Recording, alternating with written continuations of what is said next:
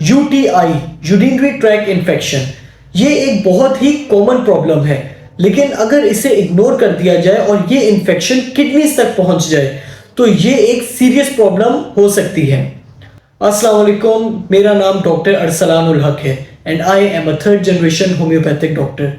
आज की इस वीडियो में हम समझेंगे कि यूटीआई यानी यूरिनरी ट्रैक इन्फेक्शन क्या होता है, ये क्यों होता है, इसके क्या सिम्टम्स होते हैं, होम्योपैथिक में इसकी कौन कौन सी सबसे बेस्ट मेडिसिन मानी जाती हैं, और एंड पे मैं आपको कुछ ऐसे टिप्स बताऊंगा जो यूरिनरी ट्रैक इन्फेक्शन से बचने के लिए बहुत हेल्पफुल साबित होंगे। यूटीआई को समझने के लिए सबसे पहले आपको यूरिनरी ट्रैक को समझना बहुत जरूरी है। यूरिनरी ट्रैक एक वो पूरा सिस्टम है जहां पे आपका यूरिन बनता है, स्टोर होता है और आपकी बॉडी से फ्लश आउट होता है।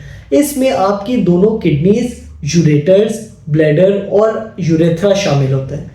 आपकी जो किडनीज होती हैं ये ब्लड को फिल्टर करके जो एक्स्ट्रा वाटर और वेस्ट प्रोडक्ट होता है इसको निकाल कर ब्लड में से यूरिन बनाती है। फिर यूरेटर्स के थ्रू आपकी किडनी से यूरिन निकल के ब्लैडर में स्टोर होता है और फिर यूरेथ्रा के थ्रू ब्लैडर से आपकी बॉडी में से फ्लश आउट हो जाता है। अब जब भी इस पूरे सिस्टम में से किसी भी हिस्से में इंफेक्शन हो जाए, बैक्टीरियल इंफेक्शन हो जाए, तो उसे यूरिनरी ट्रैक इन्फेक्शन कहा जाता है। यूरिनरी ट्रैक इन्फेक्शन फीमेल्स में ज्यादा कॉमन है। इसकी बहुत बड़ी रीजन ये है कि फीमेल्स में यूरेथ्रा का साइज मेल्स के मुकाबले में छोटा होता है। बैक्टीरिया को यूरेथ्रल ओपनिंग से ब्लैडर तक का डिस्टेंस कम तय करना पड़ता है। एक और बहुत बड़ी रीजन ये है कि फीमेल्स में यूरेथ्रल ओपनिंग और एनएस का डिस्टेंस भी बहुत कम है। इस वजह से बैक्टीरिया जो है वो आसानी से यूरेथ्रल ओपनिंग में एंटर हो जाता है। अब हम समझते हैं यूटीआई होता क्यों है। इसकी सबसे बड़ी common cause E coli bacteria है। ये 70% केसेस में E coli bacteria UTI cause करता है। नॉर्मली ये लार्ज इंटेस्टाइन्स में पाया जाता है, लेकिन अगर किसी भी वजह से ये यूरेथ्रल ओपनिंग के थ्रू यूरिनरी ट्रैक्ट में एंटर हो जाए तो ये इन्फेक्शन कॉज करता है। इसके अलावा और भी कुछ बैक्टीरियाज हैं जैसे कि सुडोमोनास, स्टेफिलोकोकस, क्लैमिडिया, गोनोरिया, ये भी यूटीआई का सबब बनते हैं। अगर हम यूटीआई के रिस्क फैक्टर्स की बात करें तो वो लोग जो पब्लिक टॉयलेट्स का इस्तेमाल ज़्यादा करते हैं या फिर जिनकी हाइजीन अच्छी नहीं होती, स्पेशली फीमेल्स, उनको यूटीआई के चांसेस ज़्यादा होते हैं। ड्यूरिंग इंटरकोर्स भी बैक्टीरिया के एंटर होने के चांसेस ज़्यादा होते हैं, या फिर अगर किसी एक पार्टनर को इन्फेक्शन है तो वो ड्यूरिंग इंटरकोर्स दूसरे में ट्रांसफर हो सकती है। अगर किडनी स्टोन्स की वजह से ब्लॉकेज हो या फिर मर्दों में इनलार्ज्ड प्रोस्टेट की वजह से यूरिन प्रॉपर तरीके से पास ना हो तो यूरिन के ज़्यादा देर पड़े रहने की वजह से उसमें बैक्टीरिया एंटर हो सकता है। इसी तरह वो बच्चे जो अपना बहुत देर तक यूरिन रोक के रखते हैं उनके यूरिन में भी बैक्टीरिया एंटर हो सकता है। वो लोग जो पानी का बहुत कम इस्तेमाल करते हैं तो होता क्या है कि यूरिन एक तो कम बनता है और दूसरा कॉन्सेंट्रेटेड बनता है, जिसकी वजह से अगर थोड़ा सा भी बैक्टीरिया वहां पे हो तो वो प्रॉपर तरीके से पास नहीं होगा। ये कुछ रीजंस हैं जिसकी वजह से यूटीआई होने के चांसेस ज़्यादा हो जाते हैं। अगर हम यूटीआई के सिम्टम्स की बात करें तो इसका सबसे जो बड़ा सिम्टम है वो ये है कि आपको यूरिन पास करते वक्त और करने के बाद शदीद जलन और दर्द का महसूस होना।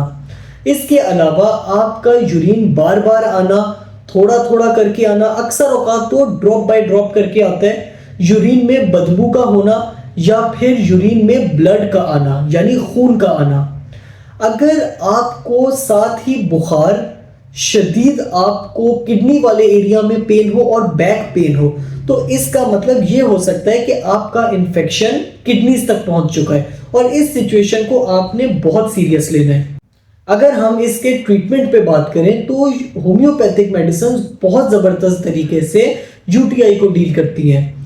ये सिर्फ सिम्टम्स को कवर नहीं करती बल्कि बैक्टीरिया को भी बॉडी से ख़त्म करती है। साथ ही ये आपकी इम्यूनिटी को इतना स्ट्रॉन्ग बनाती है कि बार बार यूटीआई की प्रॉब्लम नहीं होती आपको। अच्छा, अगर हम कुछ होम्योपैथिक मेडिसिन की बात करें जो यूटीआई में बहुत अच्छा काम करती हैं तो उनमें से सबसे बड़ी और इम्पॉर्टेंट मेडिसिन कैंथरस।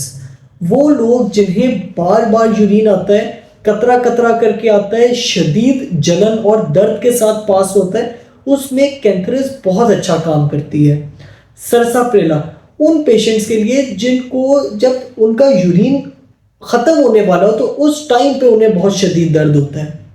एपिस उन पेशेंट्स के लिए वो जिन्हें यूरिन थोड़ा थोड़ा करके पास होता है और उन्हें यूरिन पास करते हुए शदीद जलन और दर्द हो और गर्माइश से उनकी जलन में ज्यादती हो और ठंडक से उन्हें सुकून मिले।